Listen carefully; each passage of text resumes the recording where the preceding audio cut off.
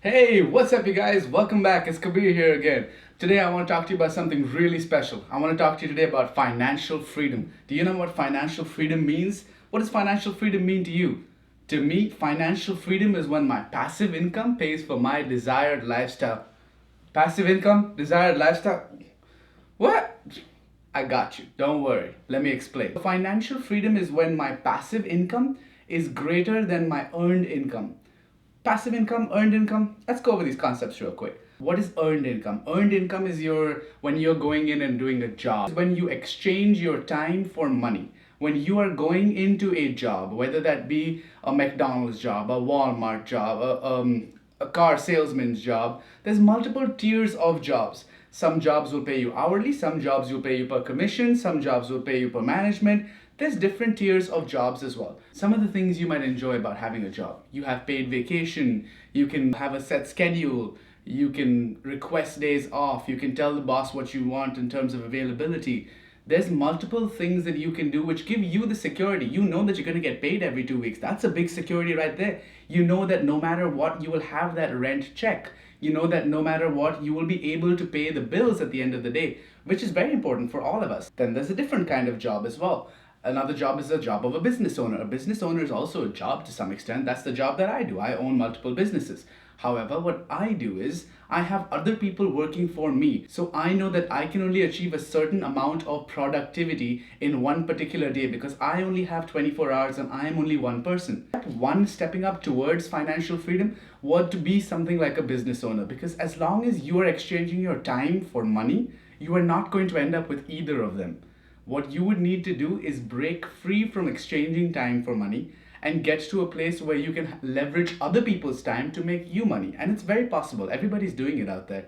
You just need to kind of step out of your comfort zone a little bit. Sometimes all you need to do is take one tiny little step outside of your comfort zone, and it's a whole new world out there. Trust me, I did it, and it is scary stepping out of your comfort zone because that's all you know. That's all that you have been conditioned your entire life.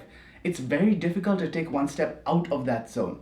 But once you take a step out of that zone, you start seeing other avenues. You start seeing things like maybe being a business owner. When you are a business owner, you are able to actually have other people work for you. You are able to have the system work for you instead of you working for the system. And that's the game plan, is to break free from the system. You don't want to be stuck in the system. You want to get out of the system. But so many people are so blindfolded that they're not able to see that there is something outside. So let's talk about this comfort zone. A lot of people get stuck in this comfort zone because growing up, this is what we've been conditioned to realize. When we grow up with our parents told us, hey, you need to go to school. You were conditioned to wake up at 6 a.m. You were conditioned to catch a school bus, go to school. You were conditioned to have a certain set schedule. You were conditioned that you have 5 days of school a week, 2 days you sit at home and you do homework, you do these other things. These are all conditionings that you are brought up with.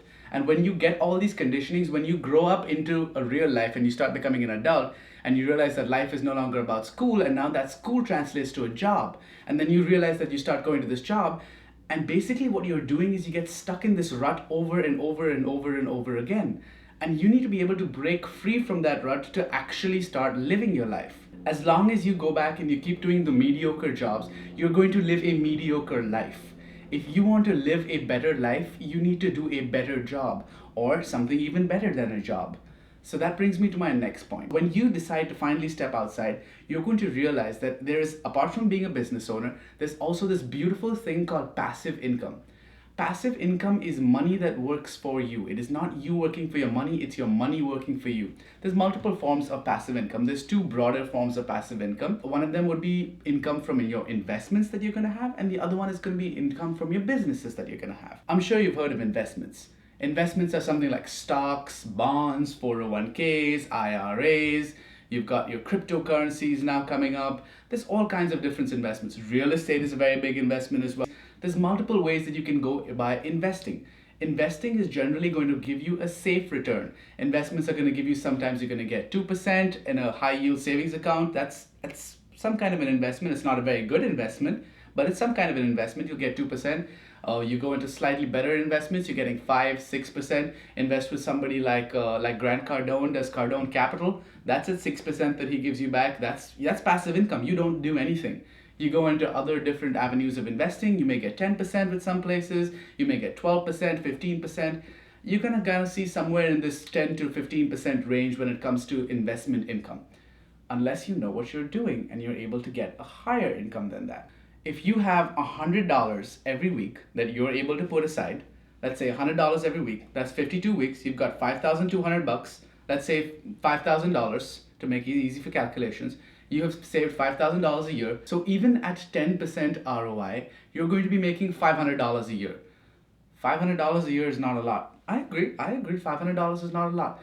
But when you start adding up all of those investments, that's when they start paying you a substantial amount. The idea is to have your passive income pay for your desired lifestyle. So how do you get to a point where the passive income is paying for your desired lifestyle? You reduce your desired lifestyle down. You don't need the Gucci and the Armani and the Capital Grill. You don't need all of that. You cut your lifetime down, make it simple. Simplify. Simplify your life. Once you can simplify your life, you're able to live your life to a much more fulfilling standard, because now you're able to complete yourself with your passive income. You're not having to go out to that job, and you're not having to exert yourself and exert your energy just to be able to make ends meet. So once you get enough of this passive investment income, you can start living off that. The only people who can possibly receive passive income are the people who smash that like button for the YouTube algorithm. And then there's another form of passive income. The other form of passive income is passive business income. This is very important as well, and this is actually a lot of what I do also. So passive business income is basically when you are investing in a business. When you start a business, or when you buy a business that is already running and generating revenue. When you buy a business that is already generating revenue, this business is going to pay you back money. Let's say you buy $1 million business, and the business gives you, let's say, $100,000 a month. At $100,000 a month, in 10 months, you've made your money back. And then everything from there is pure profit. And this is already a business that is established, so you are not putting any work in it, hence it's a passive business investment. Hence it's a passive business income. Another way of getting passive business income is systemizing any business that you currently own. There are businesses like gas stations, like car washes, like libraries.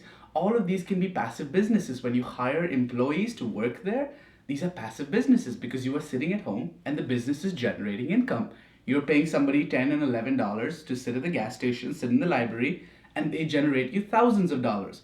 Do you want to be the person who's sitting at the gas station and the library for $10 and $11? Or do you want to be on the receiving end of the thousands of dollars? Something to think about. When you look at buying a business, for example, my business that I run, what we do is we sell Amazon stores. So basically, if you would want to sell on Amazon, you come up to me and say, hey, Kabir, I want to sell on Amazon, but I don't know how to do it. So we'll completely manage your store for you, take care of everything for you. So as far as you are concerned, it's a passive business investment. It's a passive business income because you are receiving income by investing, and then the business is running itself and you are simply reaping the fruits of that. That is what you want to eventually get at. When you start getting into passive business income, the ROI numbers that you start looking at can be in the hundreds. It doesn't stick at 10, 15, 20, 30% anymore. You start looking at 150%, 500%, 700%. Now, when you look at passive businesses, the risk is obviously a little bit higher, which is why you have to understand the business before you invest in it. How do you understand about the business? Well, you read up about it, you learn about it, you talk to people about it, you educate yourself in the things that matter. So instead of sitting at home and watching the new episode of New Girl, maybe you can educate yourself instead and learn about some of these passive businesses so that you too can invest in some of these businesses and start making money out of them. When your passive income is greater than your earned income, that's the only time you can truly be happy. And guess what happens then? What happens when your passive income becomes greater than your earned income? That is what is financial freedom number 1, level 1. And from there, you just go up and up and up. What you do is then you take the money that your passive income is making you and you reinvest it into something else. And then that makes you more money. And then you take that money and you reinvest into something else. And then that makes you more money and then more money. And before you know it, you've reached a stage where your passive income has exceeded your desired lifestyle. And that is the time where you can actually make lifestyle changes. The problem is a lot of people start making lifestyle changes before they can actually afford the lifestyle. Don't try and live the lifestyle that you cannot afford yet. wait until your passive income can pay for whatever you want to buy 5 times, 10 times over before you go ahead and buy that. In Robert Kiyosaki's book, he talks about how they wanted to buy a Mercedes, I think. And they basically, instead of buying the Mercedes, he took his cash and he went and bought a bunch of assets. He bought rental properties. And those rental properties, they paid for that Mercedes. And guess what happens when the Mercedes was paid off? The rental properties still kept paying and paying and paying. People get caught up in saving money to buy things, like buy a house. I want to buy a car. I want to buy this thing. I want to buy that thing. Things are not going to be assets. These are all liabilities. You must acquire more assets so that your assets can give you little babies. That's called passive income. You take that passive income and then you go spend it on all the liabilities you want. What people do is they just skip this entire chain. They go straight from money and buy the liabilities. What happens when the liability depreciates? Your money's gone. And then what do? You go back to working that job.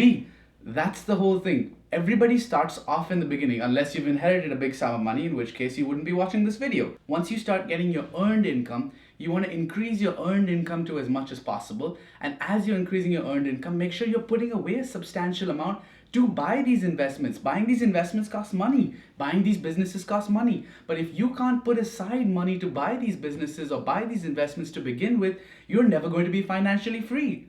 So how do we get to a point that we're financially free? We spend our money wisely. We spend our money frugally. And by doing that, we are ensuring that in the future, we're able to spend as liberally as we want to without having negative repercussions to it. Thank you so much for watching, guys. I really do appreciate it. Please hit that like button for me if you like the content I'm putting out here. Lets YouTube know I got a little bit of value. Hit that subscribe button. I got my Instagram right down over here as well. Looking forward to seeing you guys in the next video. Y'all have a wonderful week ahead of you. I'll see you Wednesday.